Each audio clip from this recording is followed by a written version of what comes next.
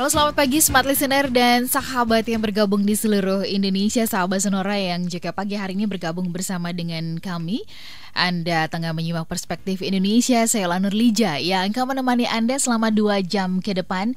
Pagi hari ini kami juga mengajak rekan-rekan media yang mungkin meliput ya di tengah situasi pandemi virus corona yang pada akhirnya kita harus mencari segala cara bagaimana kita bisa tetap meliput dan kemudian memberitakan hal-hal yang baik kepada masyarakat. Dan pagi hari ini kami mengajak Anda untuk turut memberitakannya ya. Kami akan membahas mengenai ikhtiar melawan corona ya. Pagi hari ini bicara mengenai ikhtiar melawan corona, kita terus berusaha bagaimana caranya pandemi virus corona ini bisa segera kita atasi. Wabah corona yang masih meringkus sebagian besar dunia, termasuk Indonesia. Berbagai upaya dicari untuk memendekkan durasi serta menahan laju jatuhnya korban. Ya, kabar gembiranya jumlah yang sembuh semakin tinggi. Dan salah satunya adalah lembaga Eijkman yang menggandeng PMI berusaha menemukan serum dari para penyintas. Seperti apa peluangnya?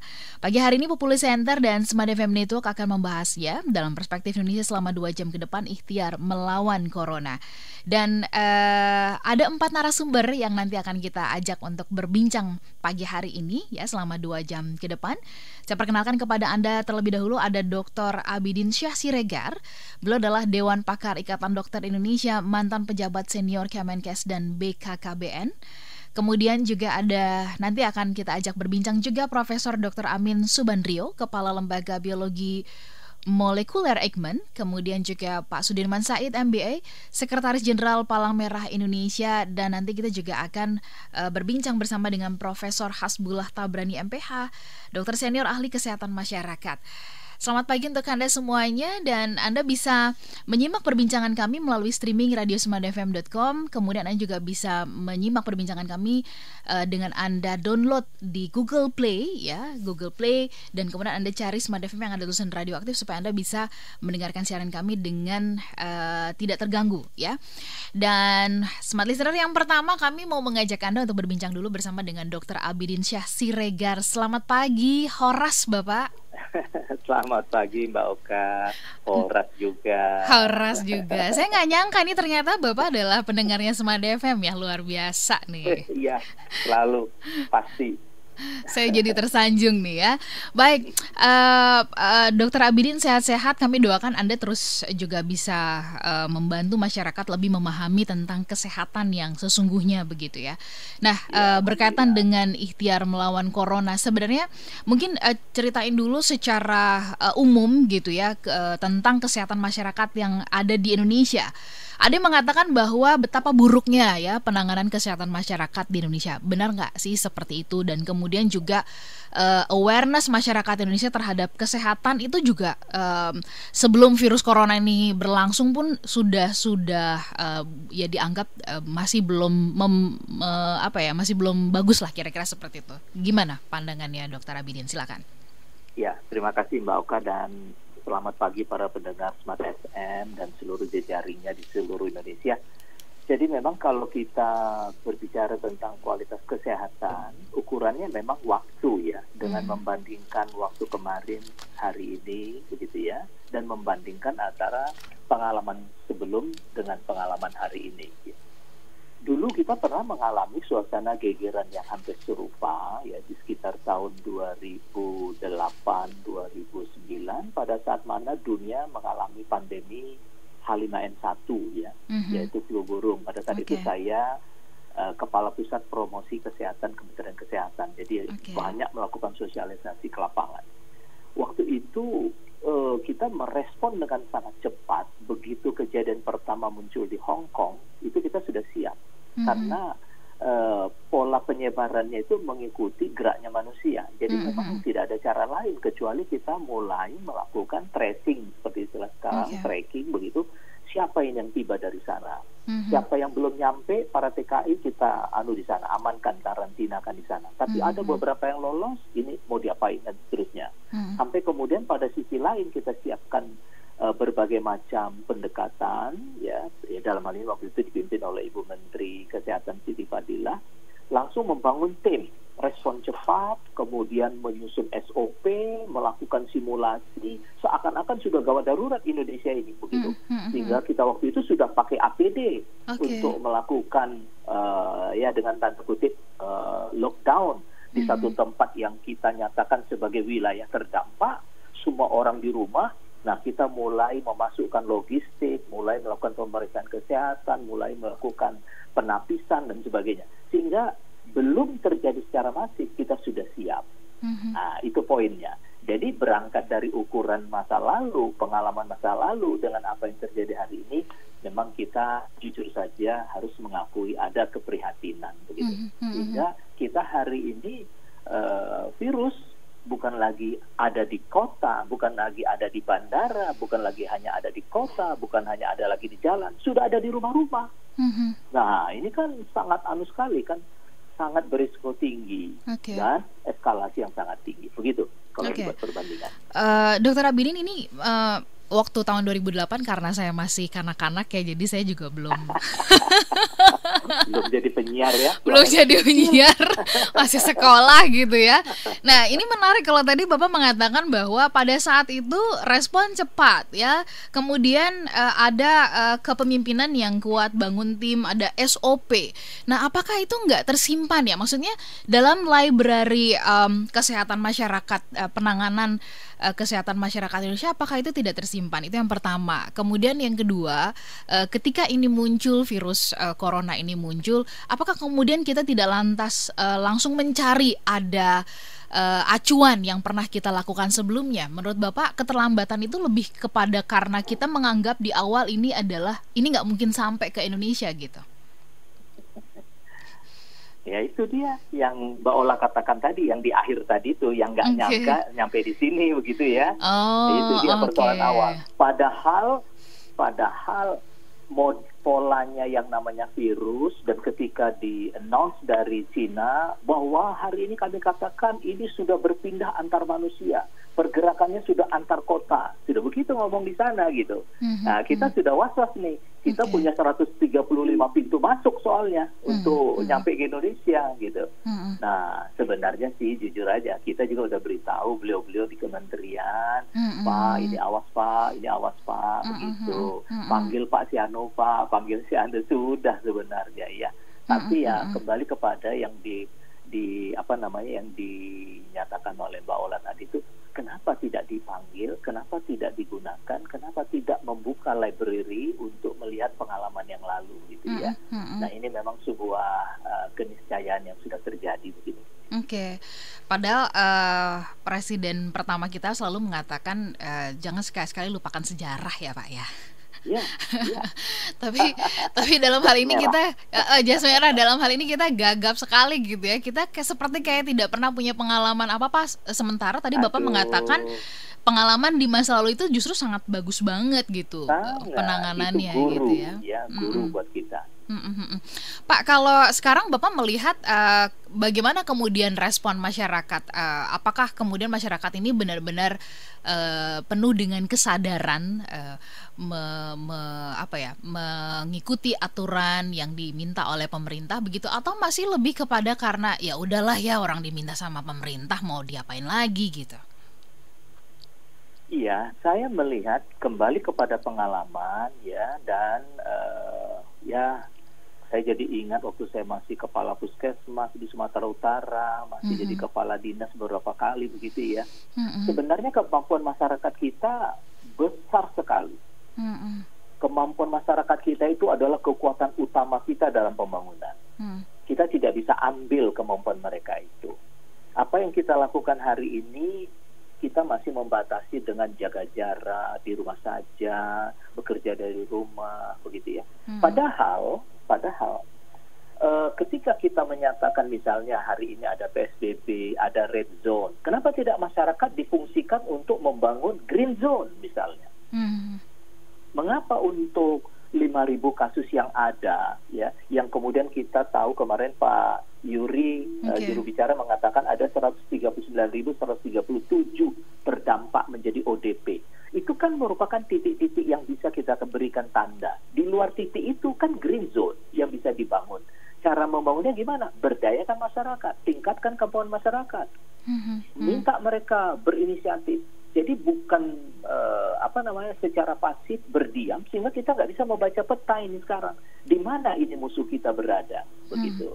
Jadi kalau ini kita munculkan secara aktif dengan kemampuan teknologi yang ada, kita punya geospasial, Badan Informasi Geospasial, kita punya topografi angkatan, baik TNI, AU dan udara, banyak kemampuan. Ada BPS, ada BKKBN. Ini dengan di match data yang ada, kita bisa melakukan pemetaan siapa mengalami apa, ada di mana, dan siapa kontak person yang ada di sekitarnya. Nah, itu kan mudah. Sehingga pola penyuluhan kita, pola pendekatan kita bisa lebih fokus. Begitu Mbak Ola. Oke. Jadi kalau sekarang ini justru Bapak melihat ketika jaga jarak satu hal, social distancing satu hal, physical distancing satu hal, tinggal di rumah satu hal, begitu ya. Akhirnya jadi berhal-hal yang kemudian itu membuat kita jadi pasif dan kita tidak bisa membaca peta. Ini yang kemudian banyak kalangan yang mengatakan, iya nanti setelah sudah selesai PSBB gitu ya, kan ini udah bisa dihambat. Nanti bersama lagi, kumpul lagi, maka virus akan menyebar kembali gitu. Jadi kayak ini lingkaran yang nggak selesai-selesai gitu ya Pak? Iya, benar sekali. Jadi peristiwa 2008, hari ini 2019-2020 itu kan tidak terlalu jauh. Benar. Nah, kalaupun kita katakan jauh, tapi efek sosial, ekonomi, ketahanan itu sangat dihancurkan oleh yang namanya virus. Nah, virus besok kita nggak tahu lagi seperti apa modelnya, dari mana datangnya, seperti apa daya rusaknya. Itu. Jadi kita memang harus cerdas. Dulu kita sudah mulai sih 2008-2009 untuk secara mandiri ya menjadi inisiator kekuatan baru di dalam penyediaan vaksin. Sudah kita upayakan, tapi ya begitulah, akhir kisahnya tidak berkelanjutan begitu. Oke, akhir kisah yang tidak berkelanjutan, tapi kisah kita belum selesai ya Pak. Kita akan jeda sebentar. Saya juga masih bisa memberikan tambahan tambahan keterangan. Banyak hal menarik. Betul. Dan kemudian nanti mungkin perlu dijelaskan kepada kami, benar nggak sih yang dikatakan bahwa sebenarnya penyakit karena virus itu bisa sembuh dengan sendirinya. Kami ini sangat awam sekali. Banyak berita yang sangat simpang siur berkaitan dengan hal ini. Nanti kita akan bahas lebih lanjut. Dr. Abidin tetap bersama dengan kami, Smart Listener dan juga sahabat Sonora, rekan-rekan media. Jeda sesaat, kami akan kembali setelah beberapa pesan berikut ini. Smart Listener dan juga sahabat Sonora di seluruh Indonesia yang pagi hari ini Anda bersama-sama dengan kami. Saya juga ingin menyapa rekan-rekan media yang secara mandiri pagi hari ini juga menyimak perbincangan kami. Mudah-mudahan tidak lama lagi, ya saya bilang tidak lama, mungkin bisa saja nanti akhir Mei atau awal Juni atau awal Juli kita sudah bisa bersama-sama lagi di Demat Senayan ya, di mana kita biasa mengadakan acara ini. Nah, Smart Listener dan juga sahabat Sonora, pagi hari ini kita sambung lagi perbincangannya. Ada 4 narasumber yang akan secara bergantian nanti kita ajak berbincang ya. Kita sedang mengajak berbincang Dr. Abidin Syah Siregar, Dewan Pakar Ikatan Dokter Indonesia, mantan pejabat senior Kemenkes dan juga BKKBN. Kemudian nanti kita akan juga berbincang bersama dengan Pak Sudirman Said MBE, Sekretaris Jenderal Palang Merah Indonesia, dan kita nanti akan ngobrol, ini yang penting banget, bersama dengan Profesor Dr. Amin Subandrio, Kepala Lembaga Biologi Molekuler Eijkman, dan kemudian Profesor Hasbullah Tabrani MPH, Dokter Senior Ahli Kesehatan Masyarakat. Jadi pagi hari ini kita bertabur narasumber yang luar biasa, semuanya akan menginspirasi kita. Kita sambung dulu ngobrol bersama dengan Dr. Abidin. Dokter, kita sambung kembali obrolannya pagi hari ini.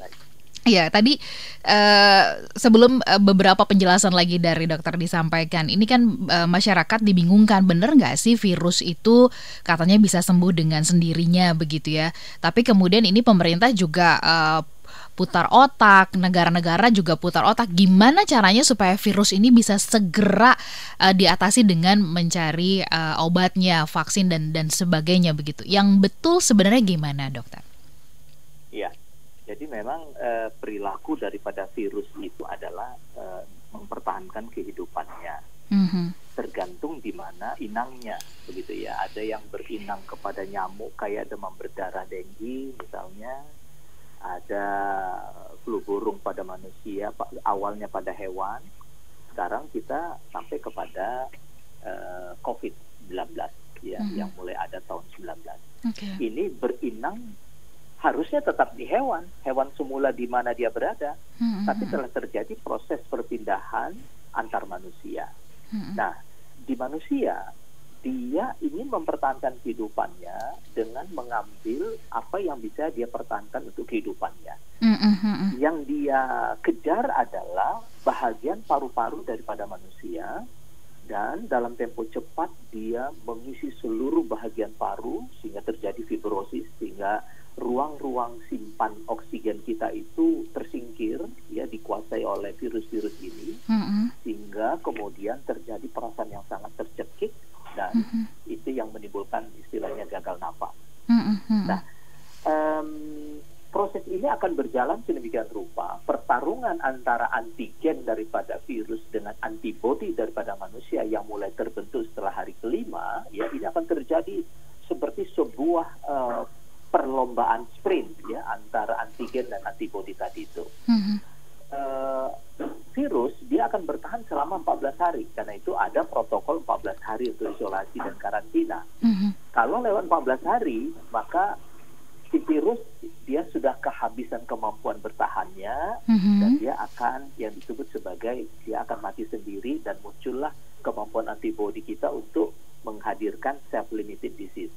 Jadi kita akan sembuh sendiri setelah 14 hari. Nah, tapi menuju ke 14 hari itu seluruh sistem imunitas kita dipertaruhkan di dalamnya. Apa yang menarik di situ bahwa kelompok usia 40 ke bawah itu relatif bisa bertahan. Karena kebetulan imunitasnya tinggi dan kebiasaan buruk belum banyak mereka lakukan. Ya. Tapi di atas 40 ini justru mengalami loncatan angka kesakitan dengan kematian yang sangat tinggi, apalagi kalau dia sudah punya penyakit bawaan lain, penyakit kronis jantung, paru, diabetes, ya, itu atau asma. Ini akan memperberat situasi. Jadi umumnya yang masuk dalam perangkap sakit dan kematian itu berada pada kelompok yang imunitasnya sangat rendah. Itu dimulai dari umur 40, usia lanjut dengan berbagai macam penyakit ikutan. Jadi self-limited ini di satu sisi ada ada keuntungan di pihak kita, tapi itu memberi kesempatan kita mempersiapkan sebuah perencanaan imunitas yang baik. Nah, hanya harusnya yang namanya informasi self-limited ini itu adalah berada di ruang kami belajar di kedokteran maupun di kesehatan masyarakat, bukan di masyarakat. Ketika ini dinyatakan kepada masyarakat, itu menjadi kontraproduktif. Ketika kita suruh orang begini, harus begitu, harus jaga jarak, itu udah ada yang ngomong, lah kan bisa sembuh sendiri, Pak. Nah, kan jadi salah kan? Itu adalah ilmu dokter, ilmu para kesehatan, dan dari situ kami merencanakan satu sistem pelayanan 14 hari yang total tuntas sehingga orang itu terlepas dari ancaman sakit dan mati. Begitu, Mbak Ola. Oh wow, penjelasan yang luar biasa, Pak. Pertanyaan saya ya sebagai orang awam begitu, kenapa apa yang dicari oleh virus ini sehingga kemudian dia senangnya kok tinggal di paru-paru, dia mengejar bagian paru-paru. Kita nggak mendengar ada kasus-kasus bahwa virus corona ini mengejar bagian yang lain gitu. Apa yang dia dapatkan di paru-paru yang nggak ada di organ yang lain? Waduh, itu sudah pertanyaan yang yang sangat menukik begitu ya. Nanti prof kita yang dari Eijkman akan menjawab itu. Begitu deh. Dan saya tahu cuma dia ngejarnya paru. Sama ilmu kita, Mbak Ola. Ngejarnya cuma di paru begitu. Tapi paru itu adalah bahagian yang paling menentukan bagi manusia, karena disitulah tempat jalan pernapasan. Sehingga dengan dia menguasai area pertahanan utama kita, ya, ibaratnya ini kalau penyakit ini sekarang sudah masuk di Jakarta, itu kan sudah masuk di area pertahanan utama kita. Nah, ini kan bagaimana cara mengelolanya supaya jangan sampai keadaan ini semakin memburuk. Jadi yang dia kejar itu adalah paru, ya, menimbulkan gagal napas, di mana akibat dia berkumpul di paru itu menghasilkan phlegm atau dahak, ya, yang unik. Dia bukan dahak yang kalau dibatukkan meloncat keluar. Dia lengket sekali, lengket menumpuk, melekat pada saluran pernapasan kita. Nah, kemudian itu menekan pembuluh darah di sekitarnya, sehingga pengaliran darah ke jantung pun menjadi terganggu dan seterusnya, dan akhirnya macam-macam bisa terjadi begitu kalau terlambat. Oke, baik.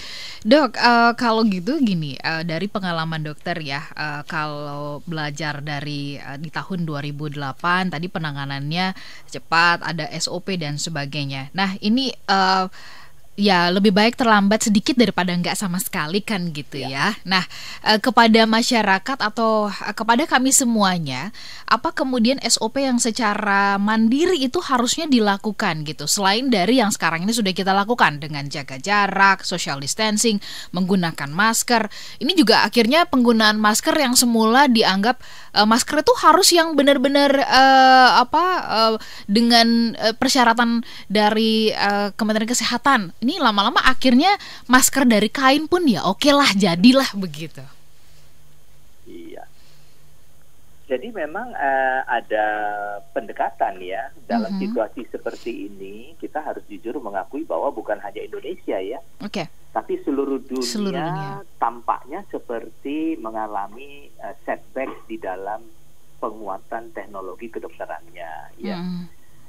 Amerika kemarin sampai 4.000 orang meninggal. Mereka sangat repot menghadapi ini. Padahal kita tahu di sana ada pabrik vaksin, di sana ada teknologi biologi yang begitu hebat ya.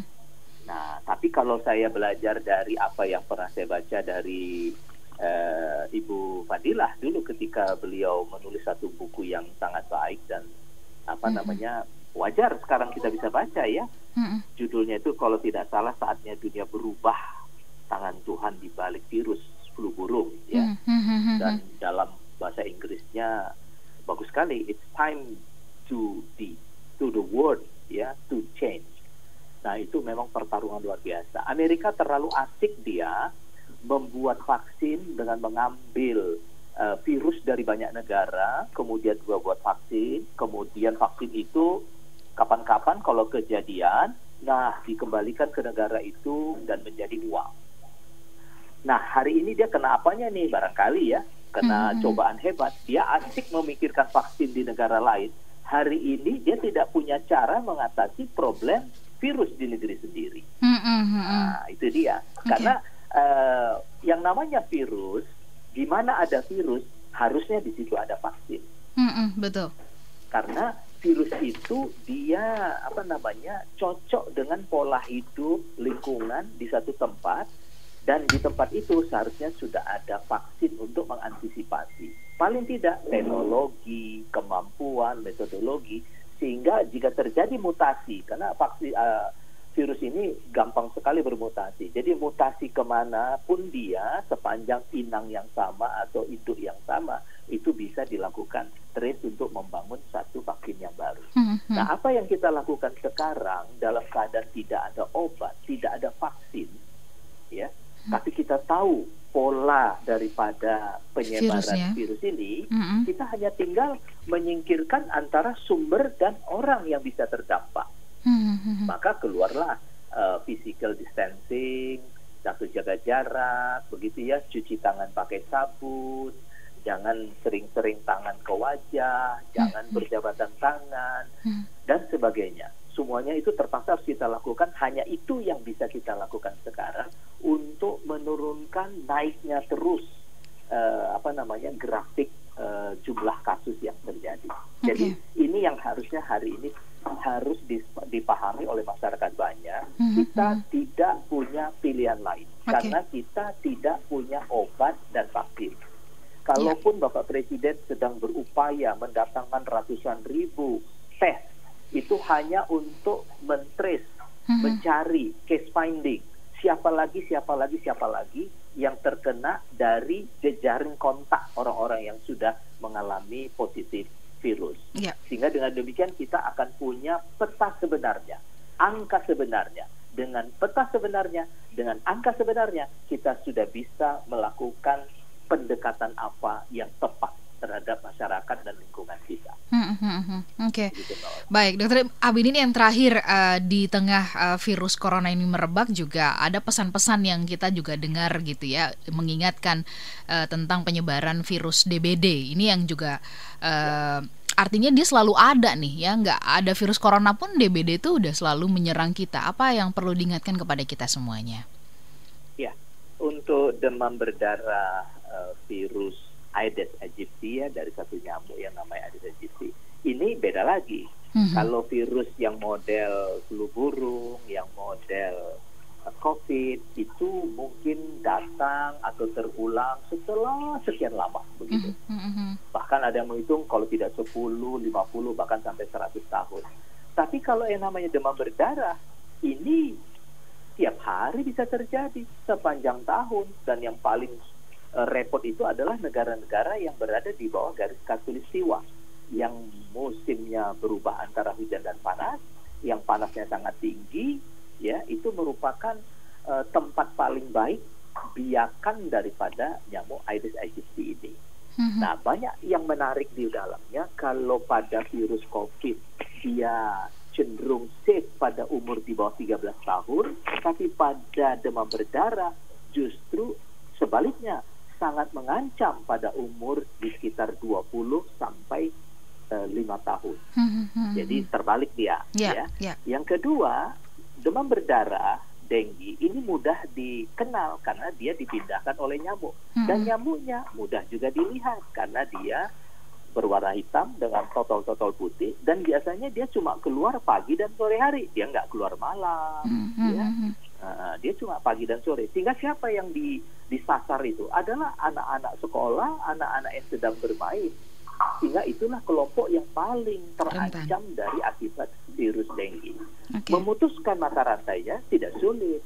Carilah di sekitar rumah kita atau radius 200 meter dari rumah kita, ya, tinggal dikelilingkan dalam metodologi surveillance.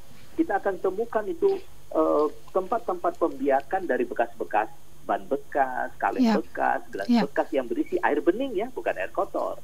Kemudian disitulah dia membiak, dan kalau dia pernah mendapatkan virus Aedes, maka dia tinggal terbang kemana-mana. Dan uniknya, ketika si nyamuk itu sudah memiliki virus di dalam tubuhnya, dia menjadi sangat haus untuk menggigit dan mendapatkan darah lagi.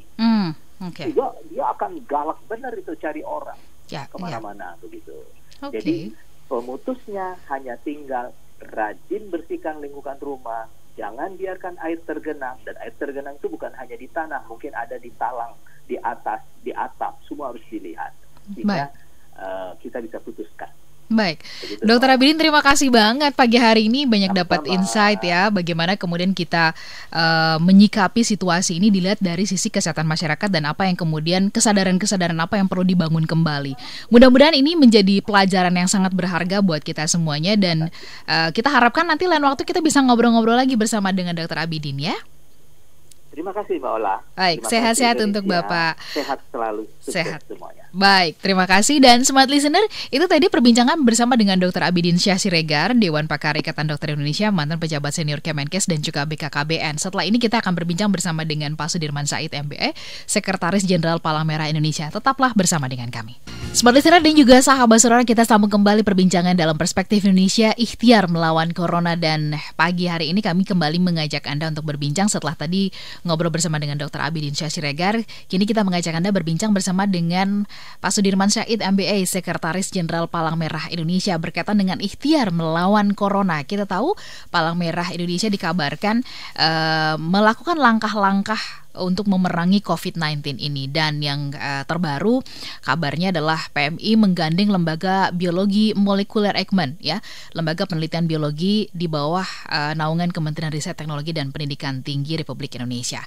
Nah, sejauh mana dan seperti apa sih sebenarnya bentuk kerjasamanya? Kita ngobrol bersama dengan Pak Sudirman. Selamat pagi Pak Sudirman. Selamat pagi Mbak. Sehat-sehat ya Pak ya? Alhamdulillah. Alhamdulillah. Pak, sebelum ke ngobrol soal apa yang dilakukan oleh PMI bekerja sama dengan Eijkman ini, boleh dulu diceritakan ini langkah-langkah yang ikhtiar-ikhtiar yang kemudian PMI gagas inisiasi bersama dengan masyarakat dan pemerintah sampai dengan sejauh ini, selain dari bekerja sama dengan Eijkman, apa aja sih Pak? Boleh diceritain ke kami, Pak? Ya Mbak, terima kasih. Saya kira semua memahami bahwa di seluruh dunia tidak ada satu negara pun yang sudah merasa aman dari proses ini. Dan Cina sekalipun kan sedang menghadapi risiko gelombang kedua. Gelombang kedua, ya. Singapura yang kecil dan serba tertata sistemnya juga cemasnya bukan main karena banyak hal yang mereka alami sekarang. Amerika itu menjadi pelajaran penting karena antar negara bagian yang berbeda treatmentnya, hasilnya berbeda. Negara yang cenderung rileks, kasusnya makin tinggi, terus tinggi kematiannya, sementara state atau negara bagian yang cenderung strict dan agresif mulai turun. Bahkan Washington State minggu lalu mengalami penurunan drastis dari Maret sekitar 1.600 kasus menjadi kurang dari 100 kasus, meskipun sehari kemarin kedengarannya naik lagi. Tapi ini pengalaman dari banyak negara, karena itu memang yang paling nyata efektifnya adalah penjarakan sosial atau social distancing menjadi sarana yang paling efektif sejauh ini. Karena obat belum ditemukan, vaksin belum ditemukan, karena itu manajemen people management masyarakat yang menjadi penentu dari kemampuan kita menangani ini semua. Nah, Palang Merah fokus selama ini pada dua hal. Satu, edukasi dan komunikasi risiko. Melakukan pendidikan kepada masyarakat lewat berbagai jalur, lewat medsos, lewat pesan-pesan langsung di tengah masyarakat menggunakan kendaraan, pakai halo-halo ke keliling kampung. Itu kita kerjakan terus sampai sekarang. Kemudian fokus yang kedua adalah sekarang ini pencegahan dengan cara menyemprot disinfektan di tempat-tempat umum, karena kita tahu virus adanya di tempat interaksi manusia, maka di tempat yang banyak manusianya kita semprot. Jadi sekarang ini 500 cabang di seluruh Indonesia mengerahkan lebih dari 6.000 hand sprayer, alat semprot manual yang masuk ke kampung-kampung itu. Kemudian ada 200 kendaraan pick up, ada 30 sepeda motor roda 3, ada 30 gunner, dan didukung oleh 150 tangki, mengerahkan puluhan ribu relawan untuk melakukan ini. Jadi kalau misalnya masuk gang kecil, maka motor masuk. Kalau masuk jalan agak besar, mobil ya, pakai pick up. Kalau masuk rumah-rumah atau masuk sekolah, gereja, masjid, itu pakai manual. Jadi itulah fokus yang kita kerjakan. Nah, ke depan tadi sudah disebutkan ada ikhtiar dengan lembaga Eijkman. Nanti mungkin Profesor Amin akan menjelaskan lebih teknis. Tapi juga kita akan masuk kepada penyiapan bantuan sosial. Sekarang ini kita sedang menyiapkan 1 juta paket kesehatan. Isinya sabun, isinya masker, kemudian mungkin jamu atau obat-obat suplemen untuk masyarakat yang tidak mampu. Kita sebarkan di tempat-tempat yang padat dalam rangka juga melakukan tadi edukasi dan pencegahan. Kurang lebih itu yang sedang dikerjakan Palang Merah, dan mudah-mudahan kita tetap diberi semangat, kekuatan untuk bekerja meskipun dalam keadaan sulit seperti sekarang. Oke. Pak Sudirman, boleh diceritakan apa yang kemudian mendorong atau artinya melatar belakangi kok bisa terpikir bekerja sama menggandeng lembaga biologi molekuler nih, lembaga Eijkman begitu. Apa yang waktu itu men-trigger? Sebetulnya ini inisiatif dari lembaga Eijkman, karena kan beliau di Eijkman itu kan memang isinya para ilmuwan semua ya. Beliau pasti memperhatikan perkembangan di berbagai dunia, dan akhirnya muncul dengan ide, karena di negara lain sempat dicoba bagaimana menggunakan plasma darah dari pasien yang sudah sembuh itu menjadi antibodi dari pasien-pasien yang masih dirawat, dan nanti Pak Prof Amin akan menjelaskan. Nah, kenapa diajak Palang Merah? Karena kan itu memerlukan pemisahan elemen darah. Dan Palang Merah memiliki 230 tempat donor darah. 15 diantaranya punya kemampuan melakukan vaksinasi darah tadi, dan kami sudah bicara juga dengan Kementerian Kesehatan. Kemarin Pak Ketua Umum menelpon Pak Menteri, beliau sangat senang, dan ini akan menjadi kerjasama segitiga antara lembaga Eijkman, Kementerian Kesehatan, dan PMI akan ikut serta di dalamnya. Oke. Jadi ya kita tahu bahwa di Eijkman ini isinya adalah ilmuwan-ilmuwan yang luar biasa, dan PMI juga akhirnya bersemangat. Ini seperti kayak jodoh ketemu jodohnya gitu ya Pak ya. Amin, mudah-mudahan. Ya mudah-mudahan ya. Nah, banyak yang kemudian, tapi masyarakat banyak yang menganggap bahwa kalau kita baca pemberitaan-pemberitaan kan penemuan atau menghasilkan sebuah obat atau menghasilkan vaksin itu kan waktunya sangat panjang. Sementara kita juga berburu dengan waktu yang terus-menerus dari hari ke hari, pertambahan atau penambahan pasien yang terkena COVID-19 ini juga semakin tinggi. Ada rasa akan ini berhasil nggak sih gitu? Itu bagaimana menjawab kekhawatiran, keraguan masyarakat, Pak Sudirman? Saya mengikuti berita di TV internasional, baca koran, baca media gitu ya. Semua mengatakan sekarang ini yang akan melakukan turning point atau membelokkan keadaan adalah ilmuwan. Ini keadaan ini. Jadi memang kita mesti percaya pada judgement-nya atau inisiatifnya para saintis. Nah, pertanyaannya apa akan berhasil? Sekarang kita tanya balik. Kalau dicoba kan ada kemungkinan berhasil kan? Betul. Kalau tidak dicoba pasti tidak berhasil gitu. Jadi ikhtiar ini harus kita dukung dan harus kita dorong secepat-cepatnya, karena pada setiap ikhtiar, pada setiap eksperimen pasti akan ada menghasilkan sesuatu. Dan rasanya kalau mendengar, nanti mungkin Prof. Amin kita bisa dengar sama-sama, kalau mendengar cerita beliau sih, kami orang-orang awam ini optimis bahwa ini bisa menjadi satu solusi, dan akan bagus sekali kalau solusi datang dari dalam negeri sendiri, karena salah satu pelajaran yang kita ambil dari corona ini adalah ketergantungan kita pada supply chain global itu ternyata membuat kita celaka. Jadi masker saja kita bahan bakunya masih impor gitu ya, dan akhirnya kita sekarang kedangdapan. Jadi kalau nanti bapak-bapak para ilmuwan di lembaga Eijkman bisa menemukan ini sebagai satu inovasi, akan luar biasa dampaknya insya Allah. Oke.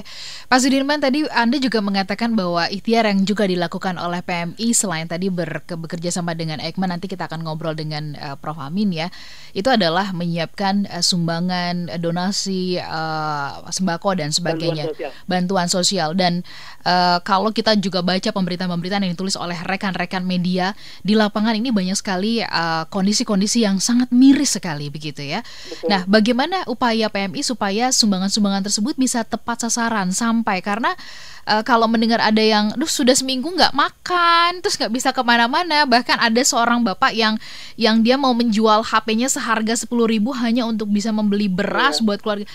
Itu rasanya mau nangis mendengarnya. Nah, apa yang bisa dilakukan oleh PMI supaya sumbangan-sumbangan yang Anda bersama dengan tim siapkan itu bisa sampai tepat sasaran? Iya, kita diskusi dengan kawan-kawan gerakan sosial juga, dengan lembaga donor, dengan lembaga keagamaan gitu, dengan lembaga zakat dan sebagainya. Dan menurut saya kuncinya adalah jaringan sosial di bawah, dan kita harus menggunakan sebanyak mungkin jaringan yang sudah terbentuk. Dan kami sedang diskusi untuk membuat satu gerakan yang sifatnya itu masif, dengan tetap tidak merubah apa-apa yang sudah dikerjakan oleh banyak lembaga. Karena sebetulnya kan semua sedang bergerak nih Mbak. Betul. Dompet Duafa, ACT, lembaga-lembaga keagamaan, Bunda Suci, gereja, masjid, semuanya bergerak. Bahkan anak-anak mahasiswa, anak muda pun bergerak mengumpulkan donasi. Tapi mungkin ini yang diperlukan adalah pesan kepada keseluruhan masyarakat bahwa jangan khawatir karena tetangga kiri kanan pasti akan menolong. Jangan sampai jatuh kepada berbuat kriminal, mencuri segala macam gitu.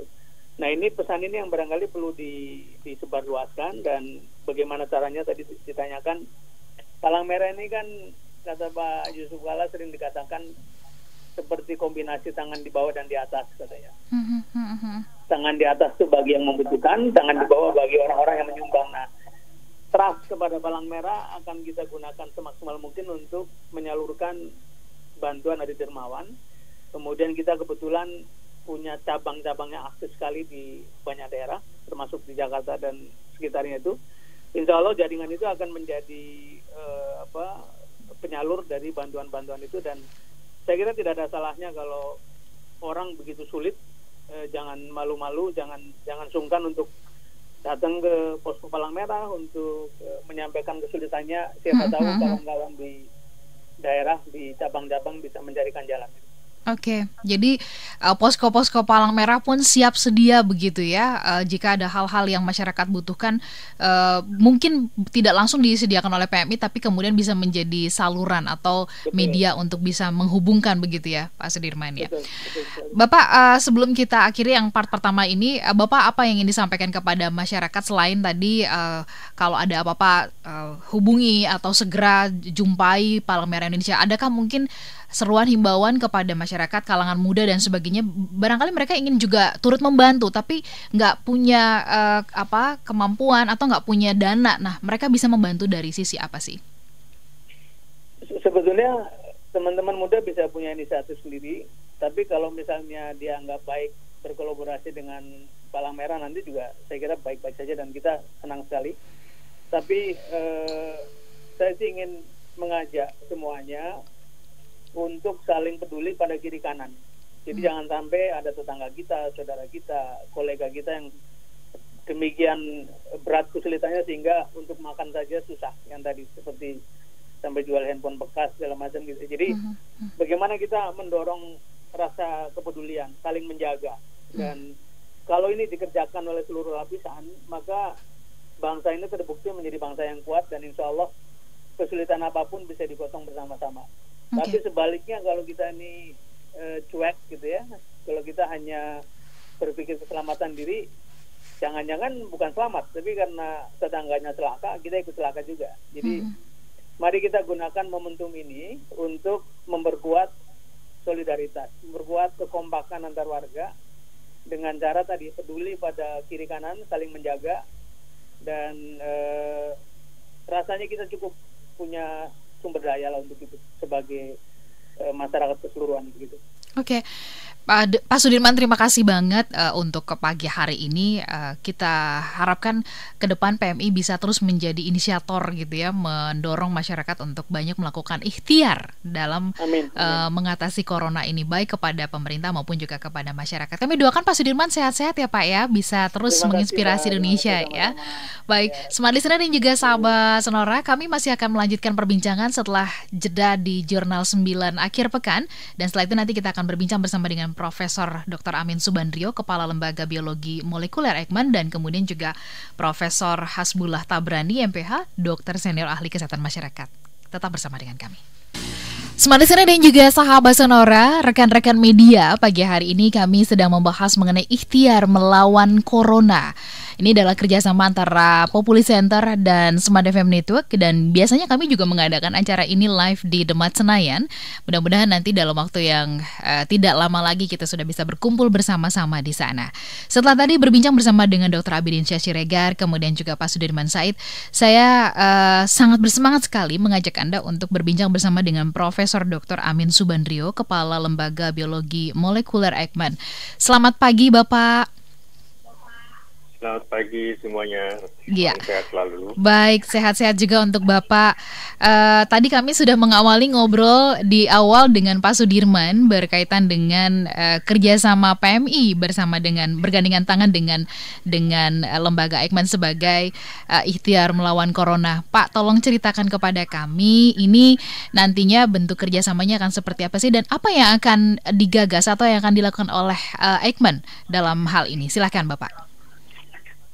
Baik, terima kasih Mbak. Jadi sebetulnya gagasan kerjasama dengan PMI itu berangkat dari keperhatian kita semuanya bahwa angka kematian di Indonesia akibat coronavirus ini termasuk yang tinggi.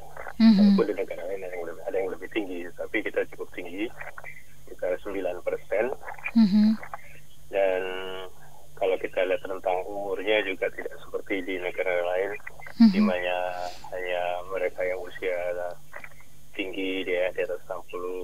tahun dengan komorbid dan sebagainya.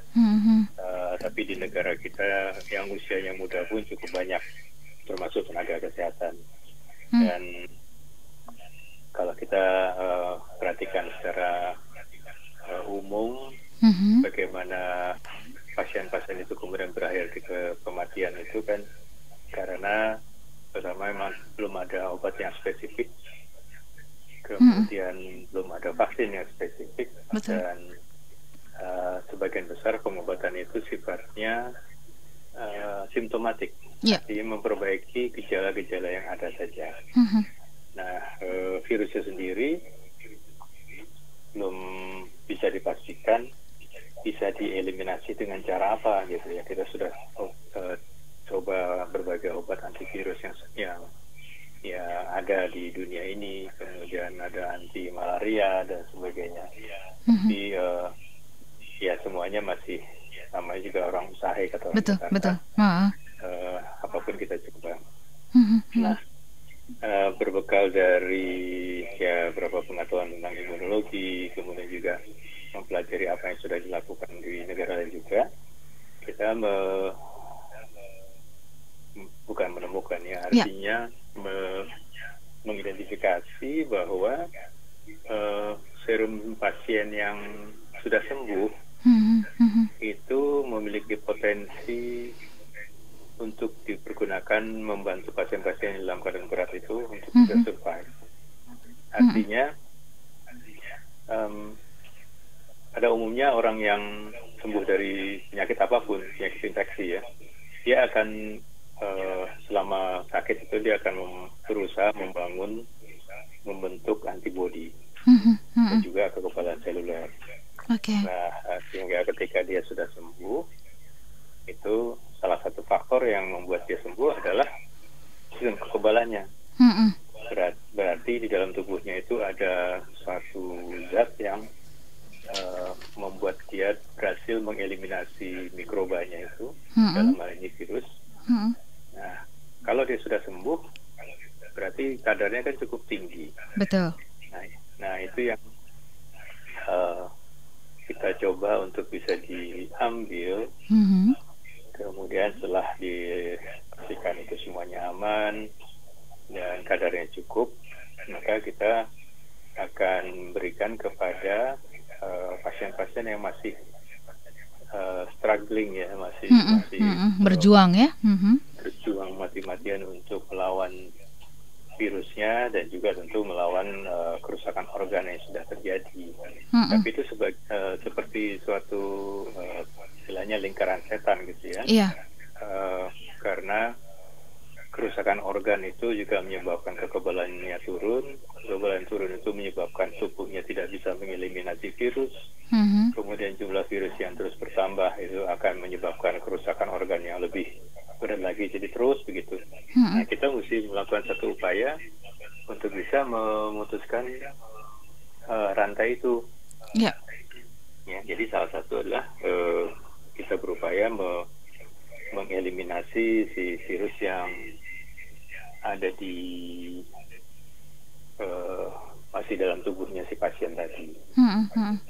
Jadi dari situ kemudian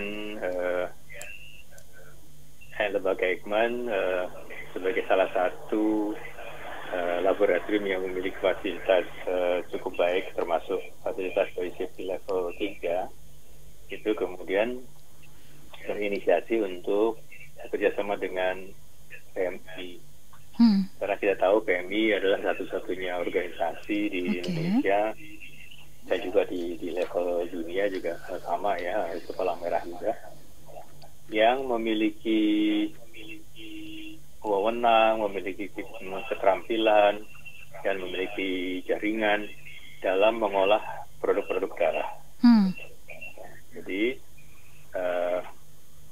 ide ini atau gagasan ini adalah bersama dengan PMI kami akan merekrut mereka-mereka yang sudah sembuh, artinya penyintas COVID-19 ini. Kemudian kita akan pastikan bahwa mereka itu cukup aman, artinya cukup sehat. Kemudian di darahnya memang antibodi cukup baik dan tidak ada virus ataupun bakteri lain, itu sudah kita anggap aman. Kemudian kita minta kesediaan mereka untuk mendonasikan plasmanya. Nah, apa bedanya plasma dengan darah? Betul. Ya. Nah, jadi donor darah kan biasa ya, artinya orang diambil darahnya 200 atau 300 cc, kemudian langsung diberikan kepada orang lain yang membutuhkan. Nah, dalam hal ini kita tidak membutuhkan sel darah merahnya, sel darahnya ya, artinya justru itu mungkin akan berpotensi mengganggu kalau diberikan secara keseluruhan. Jadi yang kita butuhkan adalah plasmanya, karena si antibodi itu adanya di dalam plasma. Nah, jadi dalam proses yang sudah dikuasai oleh PMI, mereka punya alatnya, dan alat itu tersebar di 15 daerah di Indonesia ini. Mereka bisa langsung memisahkan plasma, jadi begitu diambil darahnya dari donor, dengan mesin itu langsung dipisahkan, dan sel darahnya dikembalikan ke pasien tersebut, hingga bisa diambil lah sekitar 200-300 cc. Nah, kemudian plasma itu kita pastikan lagi memiliki kadar antibodi yang cukup dan juga tidak mengandung virus-virus yang berbahaya. Lalu kita berikan kesempatan kepada para klinisi yang merawat pasien. Jadi kalau misalnya para klinisi menganggap memang pasien ini sudah ada indikasi untuk membutuhkan plasma, ya mereka yang akan memberikannya. Jadi lembaga Eijkman dan PMI itu menyediakan di bagian hulunya, memastikan bahwa plasma yang diambil dari donor itu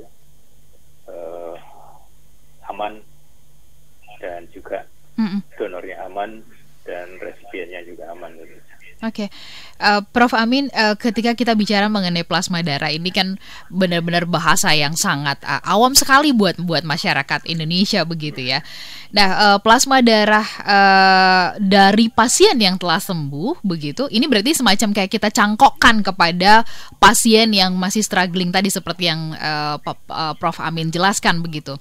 Nah, apa proses yang kemudian dilakukan oleh PMI dan juga kemudian lembaga Eijkman untuk memproses lebih lanjut plasma darah yang diambil dari si donor? Apakah kemudian ada upaya memurnikannya itu dulu, ada proses yang lebih lanjut yang dilakukan, sama seperti kayak kalau orang donor darah itu kan ada proses. Nah, itu berapa lama sih sampai kemudian itu bisa diberikan kepada pasien yang membutuhkan? Ya, jadi salah satu pengujian yang harus dilakukan adalah memastikan adanya antibodi di dalam plasma yang sudah diambil tadi, dan itu diuji langsung terhadap virus corona. Jadi ini dilakukan hanya bisa dilakukan di laboratorium yang memiliki fasilitas safety level 3. Artinya laboratorium dengan standar keamanan yang sangat tinggi, karena ini virusnya kan virusnya sangat menular. Betul. Nah, antibodi itu langsung dihadapkan dengan virus ketika virus itu akan ditanam di satu sel tertentu, sel hidup. Jadi kita punya sel hidup, kemudian diberikan virus yang aslinya ya, virus hidup juga. Nah, kita bandingkan yang tanpa dan dengan antibodi. Nah, apakah ada pengaruhnya? Jadi kita bisa lakukan namanya titrasi, ya, artinya mengukur kadar antibodinya. Nah, itu adalah satu cara yang paling pasti ya, untuk menentukan bahwa antibodi di dalam plasma tadi akan mampu mengeliminasi virus yang ada dalam tubuhnya pasien. Nah, setelah itu selesai, itu ada beberapa pemeriksaan lagi untuk mencocokkan dengan misalnya golongan darah pasien, antara pasien dengan donornya, semua sudah aman, nanti kita berikan kepada rumah sakit yang membutuhkan. Jadi plasma itu bisa disimpan dalam beku. Jadi apabila sudah dibutuhkan bisa dikirim ke rumah sakit yang membutuhkan. Iya.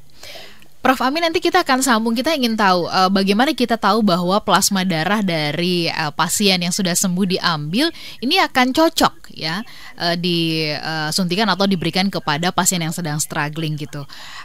Apakah kemudian itu udah otomatis akan cocok kalau di tataran plasma darah, atau harus ada hal lagi yang dilakukan? Dan kemudian dari plasma darah ini mungkin nggak sih itu diproduksi besar-besaran? Jadi nggak harus dari misalkan pasien yang sembuh ada 500-nya kita ambil begitu, atau dari 1 atau 2 orang pasien saja yang paling bagus misalnya lalu kemudian diproduksi secara massal. Prof, sabar dulu, nanti kita akan bahas di sesi berikutnya ya Prof ya. Tetap bersama dengan kami, Smart Listener dan juga sahabat Sonora yang bergabung. Kita masih akan lanjutkan perbincangan bersama dengan Prof Amin, dan kemudian nanti juga di akhir kita akan berbincang bersama dengan Prof Hasbullah. Tetaplah bersama dengan kami dalam Perspektif Indonesia. Kami membahas mengenai ikhtiar melawan corona. Smart Listener dan juga sahabat Sonora di seluruh Indonesia, begitupun dengan rekan-rekan media, kita lanjut lagi perbincangannya dan kita masih berbincang bersama dengan Prof. Dr. Amin Subandrio, Kepala Lembaga Biologi Molekuler Eijkman. Prof Amin, kita masih bersama-sama dan tadi saya sempat tanya, mungkin nggak sih kalau misalkan kita lihat ya dari catatan yang sembuh itu ada sekitar 500-an, ini sudah meningkat yang sembuh. Mudah-mudahan ini akan terus bertambah. Nah, apakah plasma darah yang diambil ini harus misalnya dari sejumlah yang sembuh tadi, atau kita bisa ambil dari jumlah tertentu saja dan kemudian ini diperbanyak, Prof? Silakan. Ya, jadi satu donor kalau kadar antibodinya cukup, itu bisa dipergunakan untuk mengobati 2-3 orang. Artinya kalau misalnya kita mendapatkan 300 cc plasma, kita bisa memberikan ke 3 orang masing-masing 1 cc misalnya. Itu kalau kadar antibodinya cukup.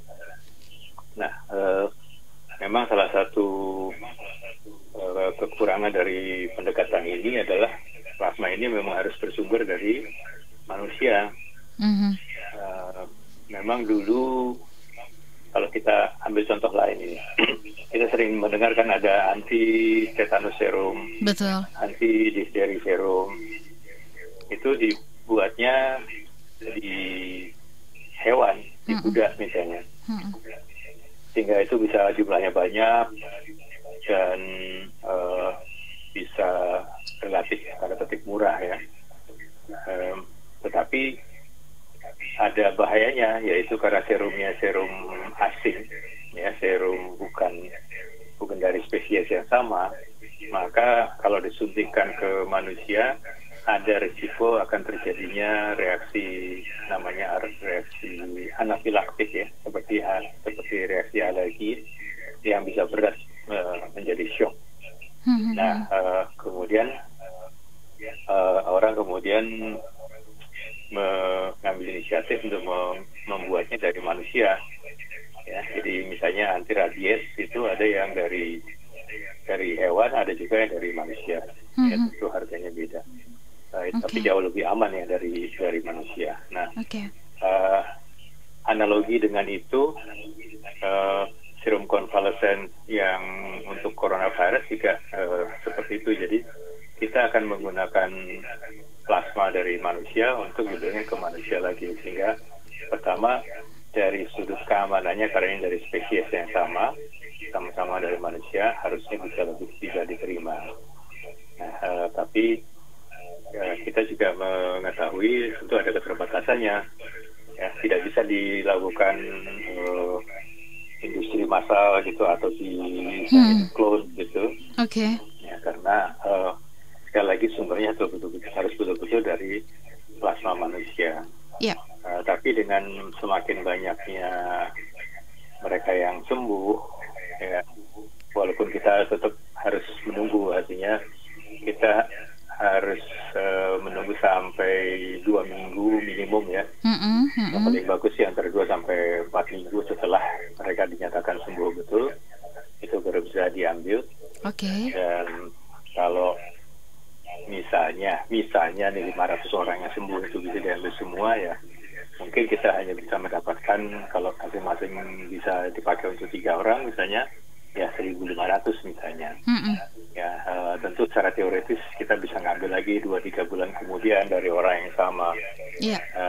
Walaupun itu mungkin agak tidak terlalu mudah, tetapi intinya adalah dari sekian yang sakit pun tidak semuanya membutuhkan plasma konvalesen itu. Jadi harus diseleksi betul. Kalau yang fase-fase awal yang ringan sebenarnya tidak perlu, karena mereka akan bisa sembuh tanpa pendekatan itu. Nah, yang mereka yang berat itu yang mungkin bisa menjadi satu alternatif. Tentunya itu pun harus diseleksi betul supaya pasien itu juga tetap aman ketika mendapatkan terapi plasma dari. Berarti yang membutuhkan plasma convalescence ini adalah mereka yang dalam kondisi benar-benar sangat berat begitu ya.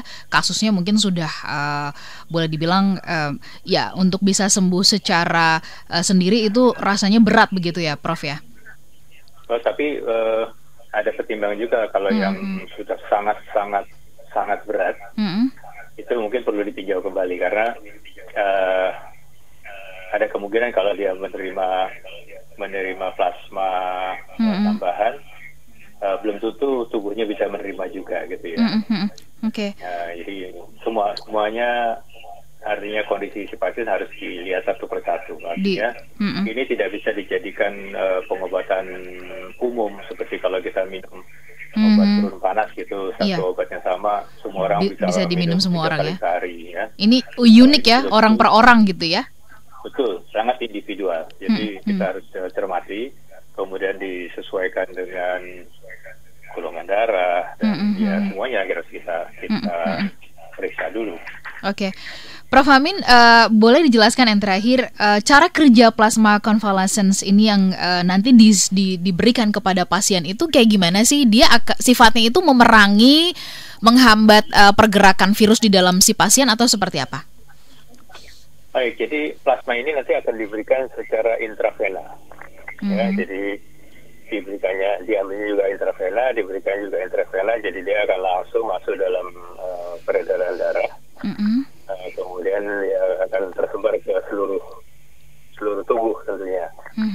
Dengan harapan dia akan menemui musuhnya. Jadi karena antibodi itu sifatnya sangat spesifik.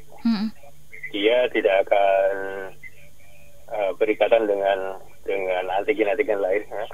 Dia hanya berikatan dengan antigen yang sama dengan yang membangkitkan dia. Nah, jadi dia akan cari di seluruh tubuh itu virus yang masih berkeliaran. Mungkin virus yang sudah terlanjur menempel di sel mungkin tidak akan sempat dikenali, ya. Tetapi yang masih berkeliaran itu akan dikenali, kemudian diikat oleh antibodi tersebut, dan dengan diikatnya si virus tadi, diharapkan pertama si virus tidak akan menempel pada sel manusia lagi. Itu yang pertama. Jadi cara kerjanya seperti memblok ya. Yang kedua, setelah diikat, karena dia adalah juga antibodi manusia, maka dia bisa membangkitkan respon imun si pasien itu sendiri. Ya, jadi dengan adanya kompleks antigen antibodi, artinya antibodi yang dalam plasma mengikat virus, kemudian dia akan membangkitkan kekebalan seluler, dan pada gilirannya akan mengeliminasi si virus tadi. Ya, jadi virusnya diimobilisasi, seperti diikat, ya, kemudian diborgol sama dia, misalnya, dibawalah dia ke sel imun untuk dieliminasi. Baik, Prof Amin, terima kasih pengetahuan yang luar biasa yang kami dapatkan pagi hari ini. Ada sebuah harapan ya, kabar gembira di mana setiap langkah yang positif harus kita dukung supaya ini bisa menjadi energi yang positif juga untuk membantu pasien-pasien yang terkena COVID-19 ini bisa segera sembuh dan kita semuanya bisa bebas dari penyebaran virus ini ya, Prof ya. Ya, amin. Oke, sesuai dengan nama Bapak juga ya, amin begitu. Prof, semangat terus. Kami doakan Anda dengan seluruh tim di Eijkman ini bisa terus bersemangat dan bergegas ya melakukan banyak upaya supaya kita bisa segera menemukan vaksinnya, obat dan yang kita butuhkan lah, kira-kira seperti itu. Prof, lain waktu kita akan sambung perbincangannya. Sehat-sehat untuk Prof Amin dan seluruh tim ya. Sama-sama, salam sehat selalu. Salam sehat selalu. Smart listener, itu tadi perbincangan bersama dengan Prof Amin Subandrio, Profesor Dr. Amin Subandrio, Kepala Lembaga Biologi Molekuler Eijkman. Kalau tadi Anda terputus atau tidak mengikuti perbincangan dari awal Perspektif Indonesia, Anda bisa mendengarkan siaran ulangnya di hari Minggu jam 4 sore sampai dengan jam 6 sore. Nah, ini setelah bersama dengan Prof Amin, kita akan ngobrol bersama dengan Profesor Hasbullah Tabrani MPH. Beliau adalah dokter senior ahli kesehatan masyarakat.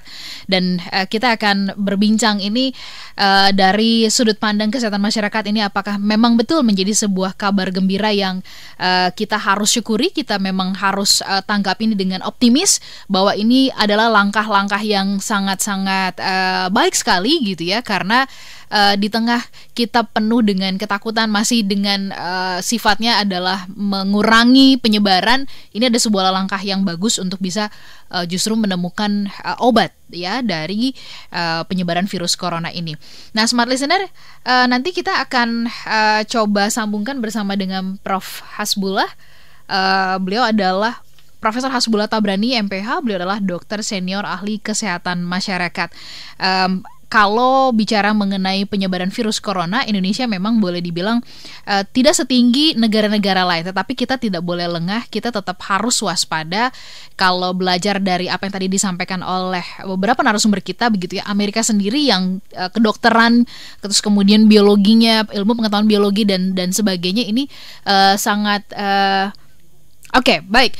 Kita akan coba sambungkan nanti, tetap bersama dengan kami, Smart Listener. Kami akan coba hubungkan dengan Profesor Hasbullah Tabrani MPH, dokter senior ahli kesehatan masyarakat. Tetap bersama dengan kami. Smart Listener dan juga sahabat Sonora dan sahabat yang bergabung siapapun dan kemudian rekan-rekan media yang juga sedang menyimak perbincangan ini, tetap sehat untuk Anda, tetap waspada ya, tidak boleh lengah sekalipun Anda bertugas bertemu dengan banyak orang, harus liputan dengan berbagai cara begitu ya. Tetap hati-hati dan tetap sehat selalu. Kita sudah bersama-sama dengan Profesor Hasbullah Tabrani MPH, beliau adalah dokter senior ahli kesehatan masyarakat. Selamat pagi Prof Hasbullah. Selamat pagi teman-teman semua pendengar. Yes, sehat-sehat untuk Bapak. Kalau dari suaranya saya mendengarkan Bapak nih sehat luar biasa ini. Karena memang teriak jadi kedengaran. Oke, baik. Prof Hasbullah, tadi kita sudah berbincang dengan beberapa narasumber kita begitu ya, diawali dari Pak Abidin Siregar ya, kemudian juga Pak Sudirman Said dari PMI dan Prof Amin Subandrio. Baru saja kita ngobrol-ngobrol berkaitan dengan ikhtiar melawan corona. Ada banyak sekali ternyata masyarakat terus berupaya. Tadi PMI menginisiasi di satu sisi mendorong masyarakat untuk jangan ragu untuk melakukan pencegahan, dan kemudian mereka juga menyiapkan donasi bantuan sosial, bekerja sama dengan banyak lembaga, lalu kemudian juga bekerja sama dengan lembaga Eijkman untuk pengadaan plasma convalescence ini. Nah, kami ingin dapat tanggapan dari Prof Hasbullah, apakah ini menjadi sebuah langkah yang sangat positif, langkah yang baik sekali di tengah kita masih galau ini, obatnya belum ketemu, vaksinnya juga belum ada dan sebagainya. Silakan Prof. Ya, memang ini karena penyakit baru, pasti masih banyak pertanyaan yang belum bisa terjawab. Dan satu pertanyaan penting, kalau kasusnya meledak terus, sanggup kita menangani. Baik itu perlu dengan serum, percepat penyembuhan, tempat tidur, kemudian ICU dan sebagainya. Oleh karena itu, kalau saya lebih menekankan, kita tahu keterbatasan kita, ya, memperkuat cegahnya, memperkuat PSBB ini supaya efektif. Oke. Nah, ini yang tantangan terberat kita. Saya ngamatin tadi juga barusan kebetulan pagi-pagi saya jalan begitu ya. Di jalan tuh masih banyak orang yang merasa tidak ada apa-apa gitu ya. Itu kira-kira ngerokok seenaknya, padahal rokok itu membuat gampang resiko lebih tinggi, komplikasi lebih tinggi, ngobrol dalam jarak dekat. Waduh, kalau kayak begini bagaimana caranya ya? Nah, ini yang bikin khawatir saya. Kalau kasusnya meledak terus, sekarang kita nambah sudah 300-400 setiap hari. Ya, padahal seminggu yang lalu paling nambahnya 100 atau di bawah 100 3 minggu lalu. Ya. Nah, ini penambahan yang begitu cepat, nggak akan sanggup kita bisa tanganin. Jadi, yang paling bagus adalah memperkuat PSBB, mencegah jangan sampai terjadi penularan. Sebetulnya sederhana saja penularan. Kalau semua orang berperilaku baik, jaga jarak, insya Allah bisa kita kendalikan ini.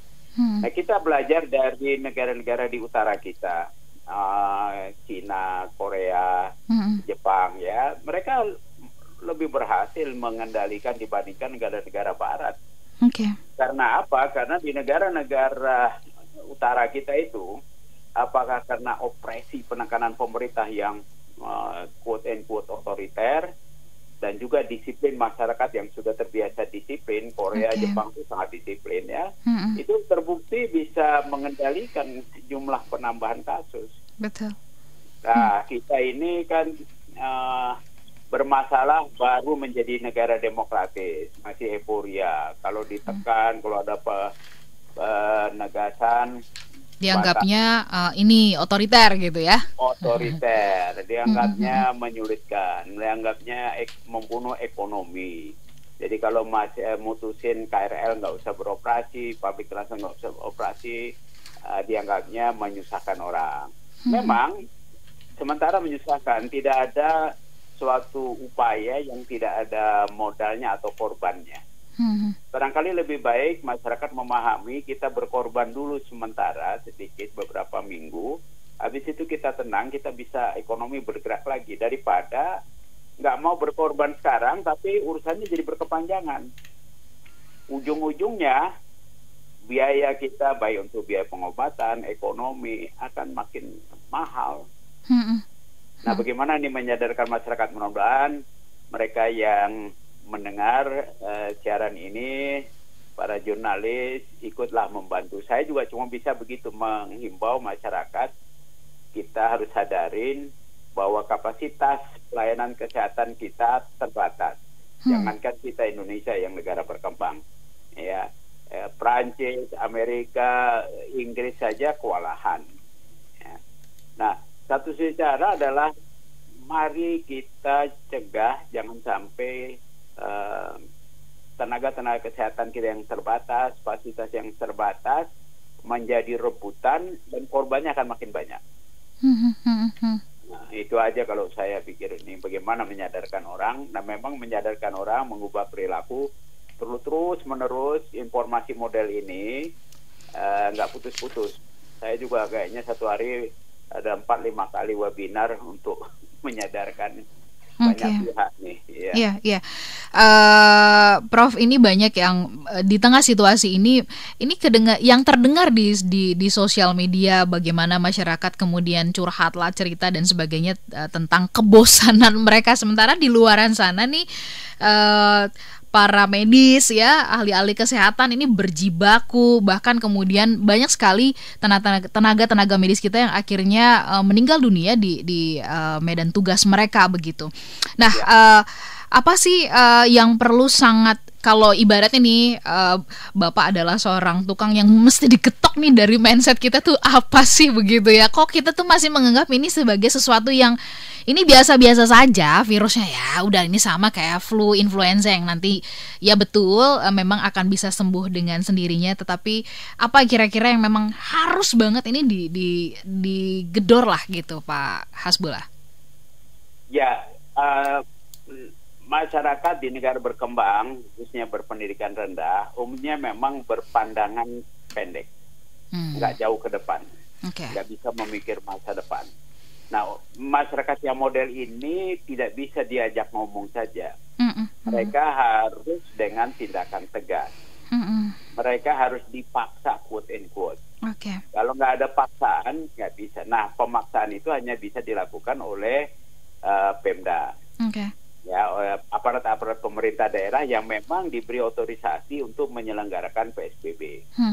Tetapi aparat Pemda juga terbatas. Nah, bagaimana kita, civil society, masyarakat yang lebih aware bisa berperan? Nah, paling tidak kita bisa ikut berperan mengurangi penularan. Misalnya kita, kalau tadi bosan di rumah, kalau yang bisa menjahit ya bikinlah masker, bagi-bagi ke tetangga, ya, menggerakkan masyarakat di sekitarnya. Saya tahu memang tidak mudah, saya juga merasakan tinggal di tempat sekarang ini tidak mudah ya.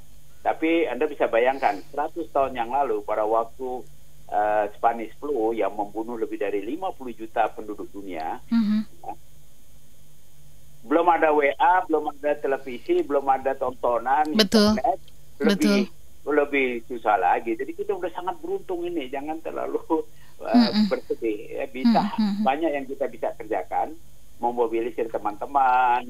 Saya lihat banyak sudah kawan-kawan yang berinisiatif mengumpulkan donasi, memberikan pada yang lain. Karena Gojek juga atau Ojek ini pada kekurangan order, jadi dia sedekah buat makanan, minta tolong Ojek kirimkan pada orang-orang yang dia sudah tahu memang tidak mampu, kesulitan. Nah, ini bagian yang bisa dikerjakan oleh teman-teman. Misalnya mungkin nanti hari Kartini tanggal 21 ya, kita tahulah tenaga kesehatan pada babak belur.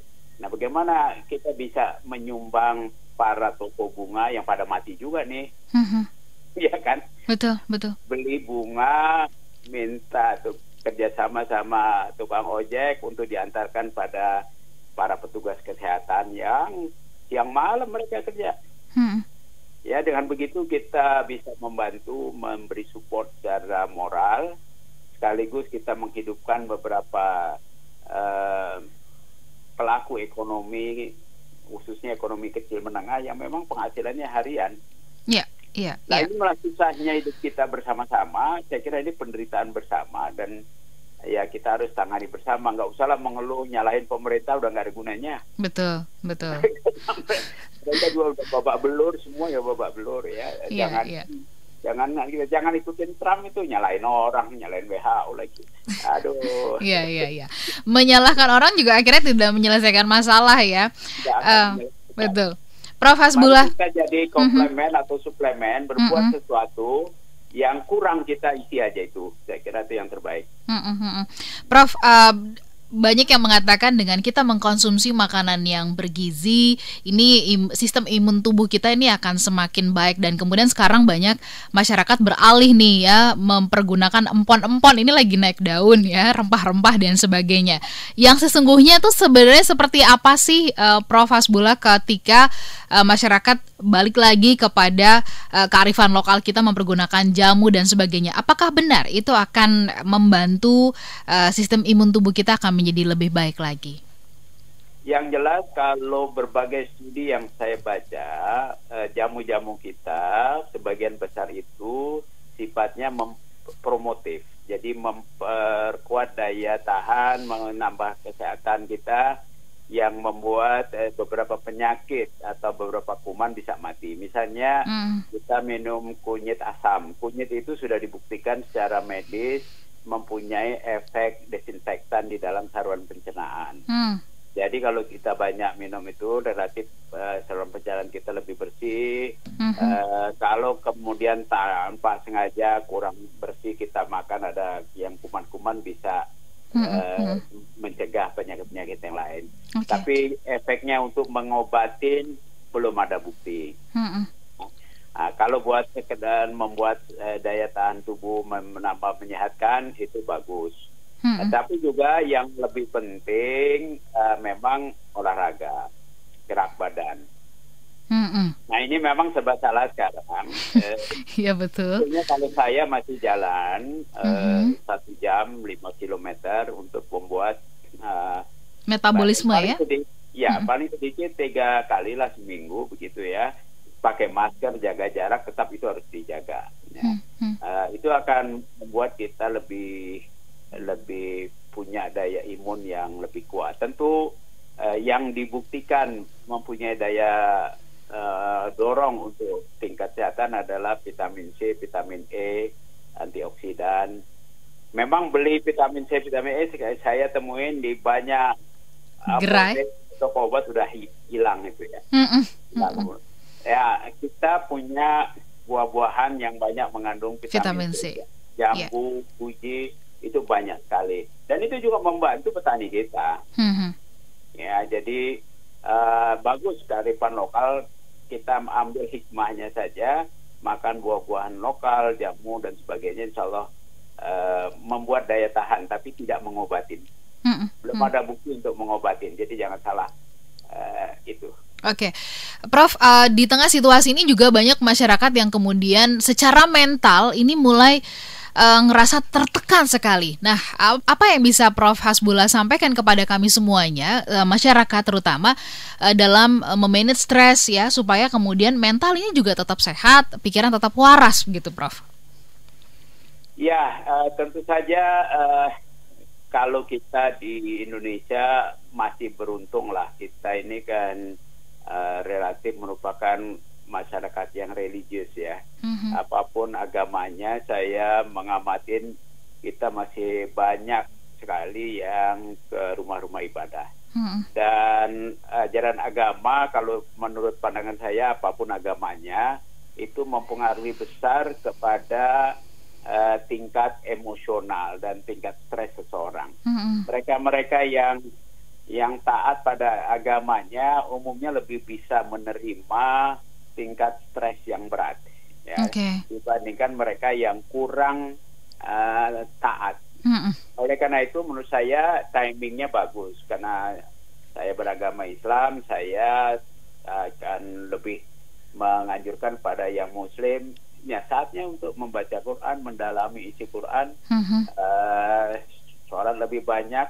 Saya sendiri merasakan banyak hal karena saya baca begitu, banyak hal yang buat saya, wah ini luar biasa, ada di situ.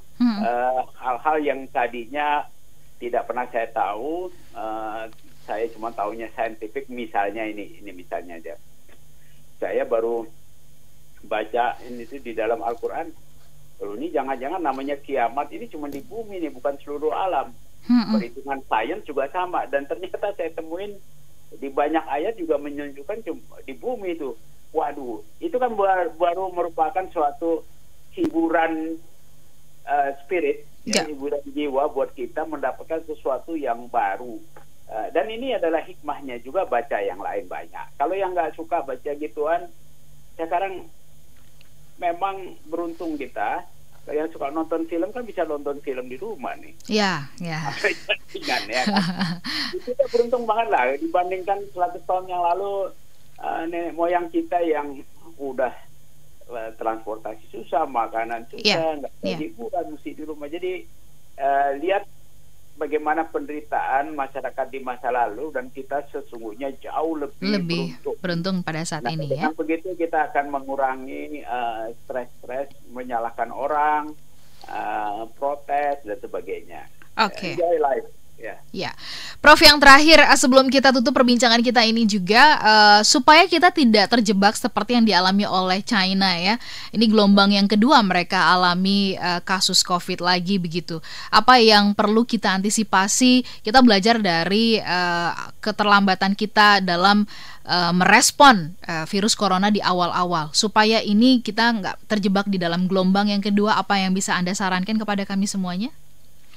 Ya, kembali lagi, virus begini memang pengalaman 100 tahun yang lalu juga menunjukkan ada 3 gelombang ya. Dan untuk menghadapi gelombang itu tidak ada jalan lain sebelum vaksin dan obat ditemuin. Meskipun sekarang sedang berupaya. Satu saja jalan adalah menjaga daya tahan tubuh kita. Dan ini sangat penting buat yang muda, insya Allah masih lebih aman. Buat yang tua, jangan keluar kecuali dalam kondisi sendirian. jaga jarak yang jauh ya untuk exercise.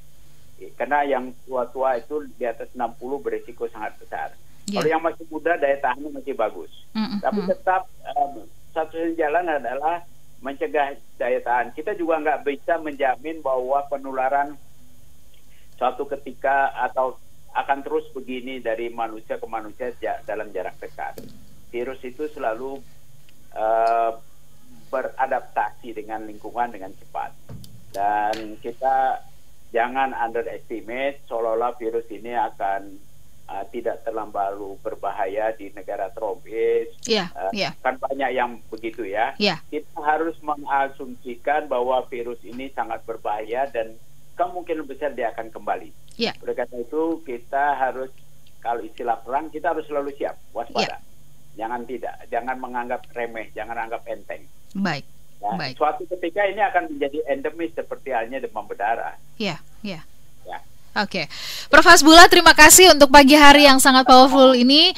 Sudah diingatkan banyak hal. Semoga kita bisa melanjutkan perbincangan kita lain waktu. Sehat-sehat untuk Prof. Hasbullah supaya bisa terus membantu masyarakat lebih menyadari, lebih aware lagi dengan kesehatan di Indonesia. Dan kita doakan kita bisa melewati pandemi virus corona ini. Tidak lama lagi kita sudah bisa melewati semuanya dan semua pasien bisa tertangani dengan baik. Terima kasih sekali lagi Prof. Hasbullah. Kita ketemu lain waktu. Smart Listener dan juga sahabat Sonora, rekan-rekan media, ini akhir dari perbincangan kita. Siaran ulangnya bisa Anda simak di hari Minggu jam 4 sore. Tadi kita sudah berbincang bersama dengan Dr. Abidin Syah Siregar, Dewan Pakar Ikatan Dokter Indonesia, mantan pejabat senior Kemenkes dan BKBN. Kemudian Profesor Dr. Amin Subandrio, Kepala Lembaga Biologi Molekuler Eijkman. Dan kemudian juga Bapak Sudirman Said MBE, Sekretaris Jenderal Palang Merah Indonesia. Dan Profesor Hasbullah Tabrani MPH, Dokter Senior Ahli Kesehatan Masyarakat. Semoga apa yang kami bahas ini bisa memberikan insight dan kita beritakan kepada masyarakat hal-hal baik yang tadi disampaikan oleh narasumber kita semuanya, dan mudah-mudahan ikhtiar kita melawan corona Tuhan restui dan kita dibukakan jalan untuk bisa melewatinya. Sehat-sehat untuk kita semuanya. Kita akan jumpa kembali minggu depan. Kita doakan minggu depan kita sudah bisa berbincang bersama-sama dengan Bang Ican Lelembah ya. Saya Lanur Lija pamit, sampai jumpa.